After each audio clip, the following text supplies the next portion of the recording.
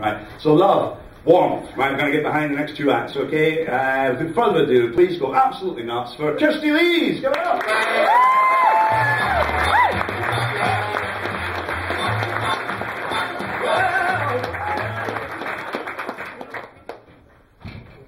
Hiya, I'm Kirsty, and I study the effects of anthropogenic change on avifauna. And that's basically looking at all the ways that we can annoy birds. Now, one species I'm familiar with is Phalcocorax aristotelis, or the common shag. I prefer to call it the European shag, because I think it sounds a little bit more ooh la la. Now, there are many ways that we can study how annoyed birds are getting at all the changes we make to the environment, and as technology's advanced, we're now able to tag birds and track their movements. So I'm afraid that makes me a bit of a shag tagger. Now, what does shag tagging involve? Well, for those of you that read Cosmopolitan or FHM or just have a filthy mind, it's not that, I'm afraid. I am in fact a trained bird liaison officer. I study birds' breeding success, their survival rates, and of course their movements. So, what do we do when we tag a shag? Well, first of all, we fit its leg with a uniquely numbered metal ring so we can identify it as an individual.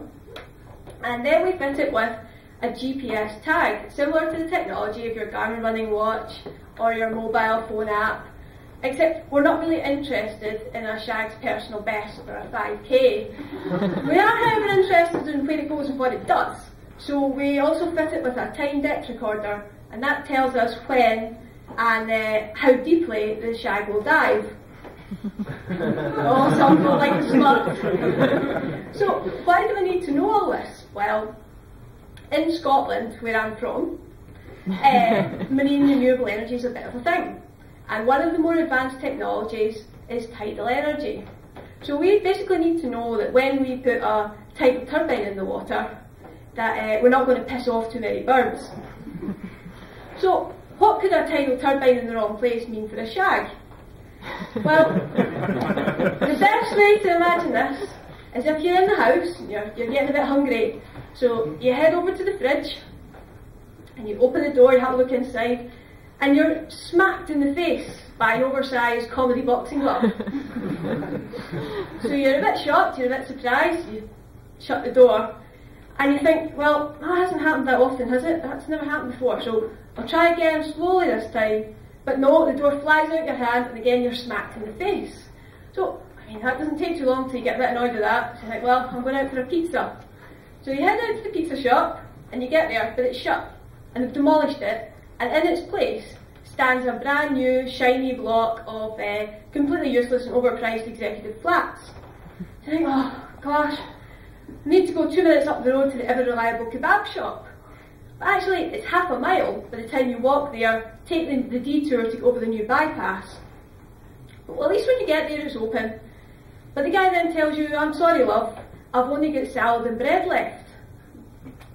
Salad and bread, you're having a laugh. But you've walked this way, you're pretty hungry, so you go, right, okay, no bother, right, that'll be £5 then, please, love. £5? £5 for wilted lettuce, lukewarm tomato, and a bit of stale naan. That's bloody daylight robbery, that is. But again, you've walked there, you're pretty hungry, so you've got to take it. So you walk back to the house with your vegetarian kebab. But by the time you get there, you've been away so long that somebody's broken in. But not only have they broken in, they've absolutely trashed the place. Not only have they trashed the place, but they're now sitting on the roof eating your kids. And that's what it means for a shag. Collision, a change in the availability or predictability of prey, and possible risk of increased nest predation because you're basically just not there, you're out looking for something to eat. So it's really important that we assess and mitigate any change we make to the marine environment. So that's good. So I've worked with for seabirds for a while now, and they smell of rotten fish. You know, they spew smelly slime from both ends. And, you know, and that's really cool, I really like it.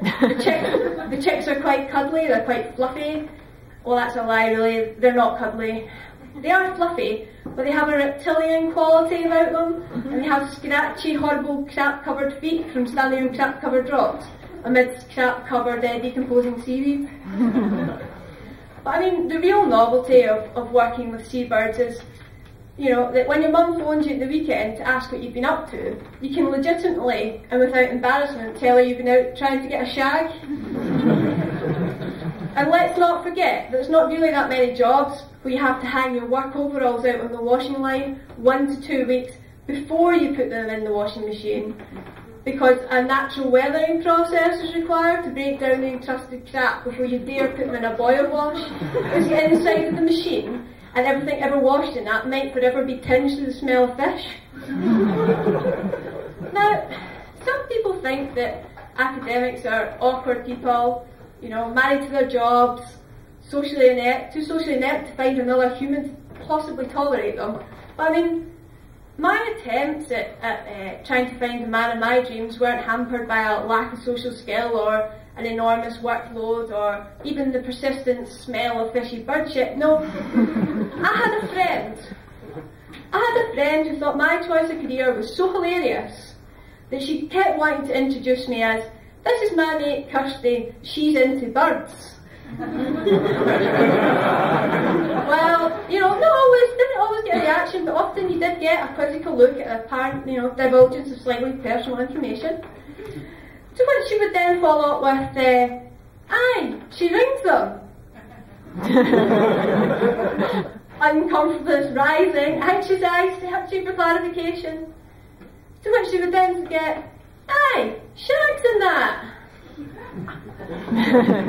Now, my attempts, you know, sometimes I was able to divert that shameless act of sabotage, but often in a busy Glasgow club or in a banging techno club, you know, the damage was done.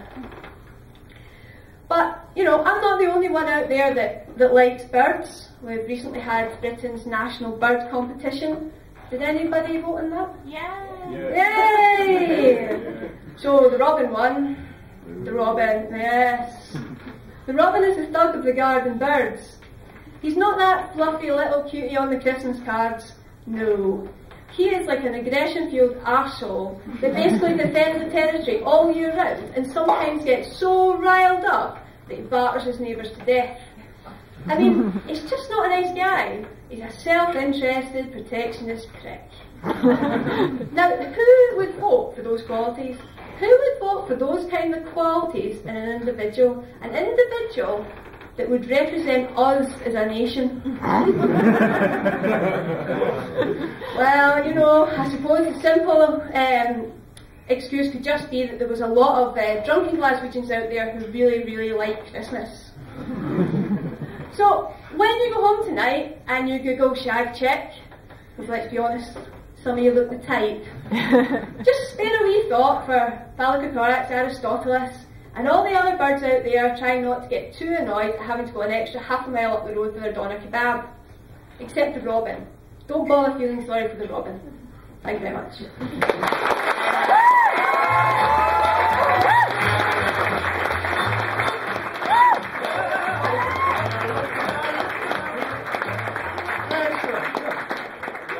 Scottish accents on here. It's a forwarding party. That's what it is. We've just spaced ourselves out across the north east, and then we're going to get it right. I was referendum. I was a yes person in that. I actually went on my honeymoon.